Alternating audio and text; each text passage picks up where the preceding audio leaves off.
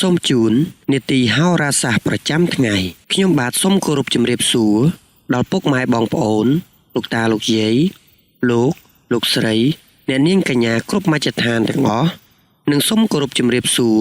ដល់បងប្អូនដែលរស់នៅឯនាយសមុទ្រដែលតែងតែនិយមតាមដានស្ដាប់និងទស្សនាការទស្សន៍ទាយមើលរាសីឡើងចុះប្រចាំថ្ងៃនៃឆ្នាំទាំង12សម្រាប់ថ្ងៃអាទិត្យ13កើតខែចេឆ្នាំម្សាញ់សប្តស័កពុទ្ធសករាជ2569ត្រូវនៅថ្ងៃទី8ខែមិថុនាឆ្នាំ2025ជាបន្តបន្ទាប់ទៅនេះសូមធ្វើការតាមដានទស្សនានិងសន្តាប់ការទស្សន៍ទាយឆ្នាំទាំង12តាមលំដាប់លំដោយដូចតទៅឆ្នាំជូតនាមសត្វកណ្ដុរធាតុទឹកពងទេវតាប្រុសរាសីរបស់អស់លោកអ្នកនៅក្នុងថ្ងៃនេះឡើងខ្ពស់ត្រដែតសុខភាពផ្លូវកាយនិងផ្លូវចិត្តមានសភាពល្អប្រសើរខ្លាំងណាស់ដែលគ្របដណ្ដប់ទៅលើទង្វើរបស់លោកអ្នកដែលអាចឲ្យលោកអ្នកប្រព្រឹត្តតែអំពើល្អសុចរិតនិងត្រឹមត្រូវការពោលពាក្យសម្ដីទៅកាន់អ្នកផងតែងប្រកបទៅដោយវិចារណញ្ញាណរីឯការប្រកបរបររកទទួលទាននានាវិញបានផលល្អចំណែកការធ្វើដំណើរទៅទីជិតទីឆ្ងាយគឺមានតែសុខសុវត្ថិភាពគួរជាទីទុកចិត្តបានឆ្នាំឆ្លូវនាមសត្វគោធាតុដីពងមនុស្សប្រុសរាសីរបស់អស់លោកអ្នកនៅក្នុងថ្ងៃនេះល្អជាមធ្យមទឹកចិត្តតែងតែប្រែប្រួលទៅតាមស្ថានភាពនិងបរិយាកាសដែលបានផ្ដល់ឲ្យហេតុនេះត្រូវតែប្រឹងប្រែងទប់ចិត្តកុំបណ្តែតបណ្ដោយទៅតាមបរិយាកាសខ្លាំងពេកជាមួយគ្នានេះដែរក៏ត្រូវយកចិត្តទុកដាក់ផងដែរទៅលើការនិយាយស្ដីនិងសុខភាពដោយឡែកចំពោះមុខរបររកទទួលទានវិញ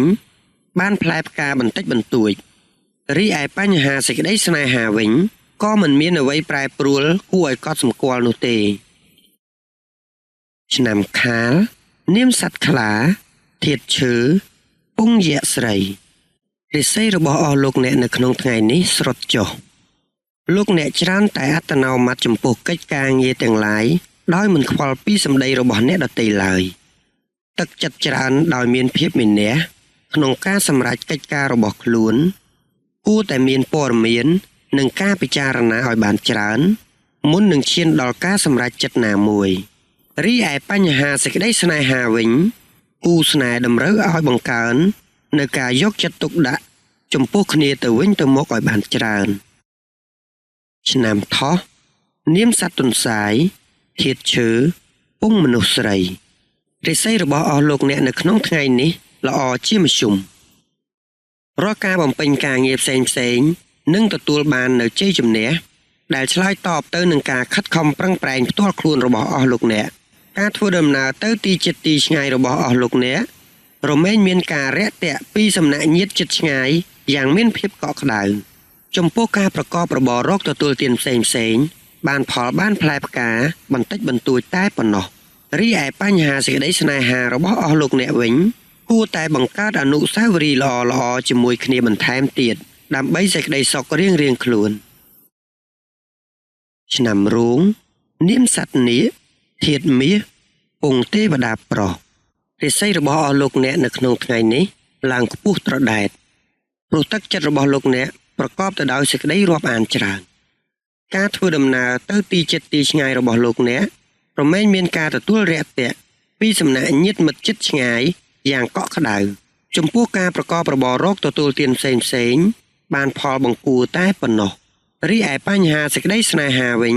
គួរតែបង្កើតអនុស្សាវរីយ៍ល្អៗជាមួយគ្នាបន្ថែមទៀតដើម្បីសេចក្តីសុខរៀងៗខ្លួនឆ្នាំម្សាញ់នាមសត្វពស់ធាតុភ្លើងពងមនុស្សប្រុសរាសីរបស់អស់លោកអ្នកនៅក្នុងថ្ងៃនេះឡើងខ្ពស់ត្រដែតសុខភាពផ្លូវកាយនិងផ្លូវចិត្តមានសភាពល្អប្រសើរខ្លាំងណាស់ដែលគ្របដណ្ដប់ទៅលើទង្វើរបស់លោកអ្នកដែលអាចឲ្យលោកអ្នកប្រព្រឹត្តតែអំពើល្អសុចរិតនិងត្រឹមត្រូវការពោលពាក្យសម្ដីទៅកាន់អ្នកផងតែងប្រកបទៅដោយវិចារណញ្ញាណរីឯការប្រកបរបររកទទួលទាននានាវិញបានផលល្អចំណែកការធ្វើដំណើរទៅទីជិតទីឆ្ងាយគឺមានតែសុខសុវត្ថិភាពគួរជាទីទុកចិត្តបាន ឆ្នាំមមីនាមសត្វសេះធាតុភ្លើងពងទេវតាស្រីរិស័យរបស់អស់លោកអ្នកនៅក្នុងថ្ងៃនេះល្អជាមធ្យមទឹកចិត្តតែងតែប្រែប្រួលទៅតាមស្ថានភាពនិងបរិយាកាសដែលបានផ្ដល់ឲ្យហេតុនេះត្រូវតែប្រឹងប្រែងទប់ចិត្តកុំបណ្តែតបណ្ដោយទៅតាមបរិយាកាសខ្លាំងពេកជាមួយគ្នានេះដែរក៏ត្រូវយកចិត្តទុកដាក់ផងដែរទៅលើការនិយាយស្ដីនិងសុខភាពដោយឡែកចំពោះមុខរបររកទទួលទានវិញបានផ្លែផ្កាបន្តិចបន្តួចរីឯបញ្ហាសេចក្តីស្នេហាវិញក៏មិនមានអ្វីប្រែប្រួលគួរឲ្យកត់សម្គាល់នោះទេឆ្នាំមមែនាមសត្វពពែធាតុមាសពងទេវតាស្រីរិស័យរបស់អស់លោកអ្នកនៅក្នុងថ្ងៃនេះល្អជាមធ្យមរាល់ការបំពេញការងារផ្សេងនឹងទទួលបាននូវជ័យជំនះដែលឆ្លើយតបទៅនឹងការខិតខំប្រឹងប្រែងផ្ទាល់ខ្លួនរបស់អស់លោកអ្នកការធ្វើដំណើរទៅទីជិតទីឆ្ងាយរបស់អស់លោកអ្នក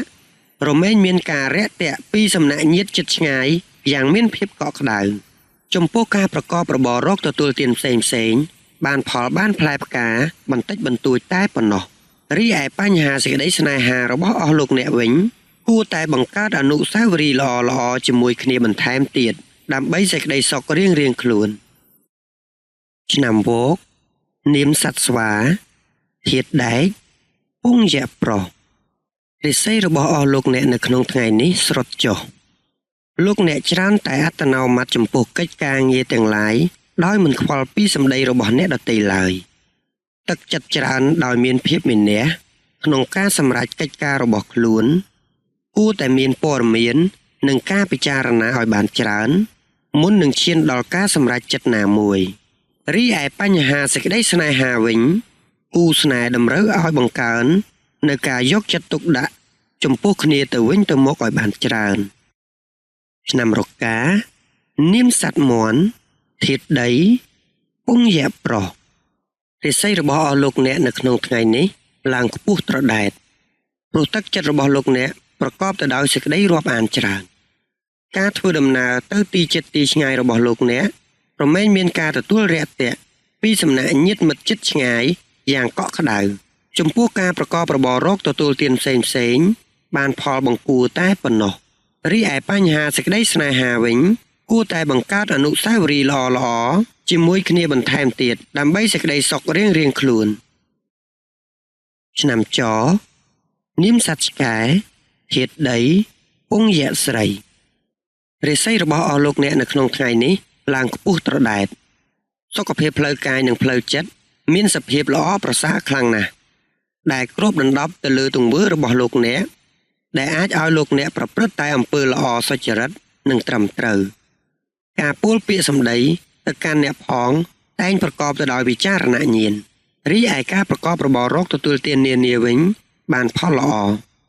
ចំណែកការធ្វើដំណើរទៅទីជិតទីឆ្ងាយគឺមានតែសុខសុវត្ថិភាពគួរជាទីទុកចិត្តបានឆ្នាំកុលនាមសត្វជ្រូកធាតុទឹកពងមនុស្សស្រីរិស័យរបស់អស់លោកអ្នកនៅក្នុងថ្ងៃនេះស្រុតចុះ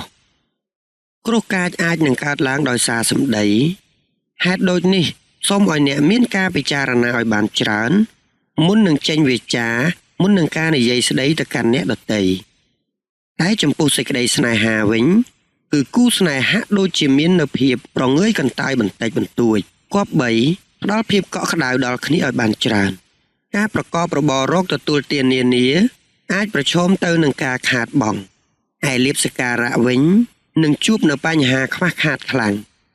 នេតិហោរាសាស្ត្រប្រចាំថ្ងៃនៅពេលនេះក៏បានឈានមកដល់ទីបញ្ចប់ខ្ញុំបាទសូមថ្លែងអំណរអគុណដល់ពុកម៉ែបងប្អូនលោកតាលោកយាយលោកស្រីអ្នកនាងកញ្ញាគ្រប់មជ្ឈដ្ឋានទាំងអស់ព្រមទាំងបងប្អូនដែលរស់នៅឯនីសមុទ្រដែលបានចំណាយពេលវេលាដ៏មានតម្លៃធ្វើការតាមដានទស្សនានិងសន្តាប់តាំងពីដើមរហូតដល់ចប់ខ្ញុំបាទក៏សូមគោរពជូនពរដល់ពុកម៉ែបងប្អូនលោកតាលោកយាយលោកស្រីអ្នកនាងកញ្ញាគ្រប់មជ្ឈដ្ឋានទាំងអស់ឲ្យជួបតែសេចក្តីសុខសេចក្តីចម្រើនការសម្បត្តិគ្រប់ប្រការធ្វើដំណើរទៅទីកន្លែងណាជួបតែសុខសុវត្ថិភាពទាំងពេលទៅនិងពេលត្រឡប់មកវិញនិងសូមឲ្យជួបតែពុទ្ធពរទាំងឡាយ4ប្រការគឺអាយុវណ្ណៈសុខៈ ពលៈកំបីឃ្លាតឡើយកម្មវិធីនេះនឹងវិលមកជួបពុកម៉ែបងប្អូនលោកតាលោកយាយលោកស្រីអ្នកនាងកញ្ញាសាជាថ្មីនៅថ្ងៃស្អែកម្ដងទៀតតាមពេលវេលានិងម៉ោងដដែលខ្ញុំបាទសូមអរគុណសូមជម្រាបលា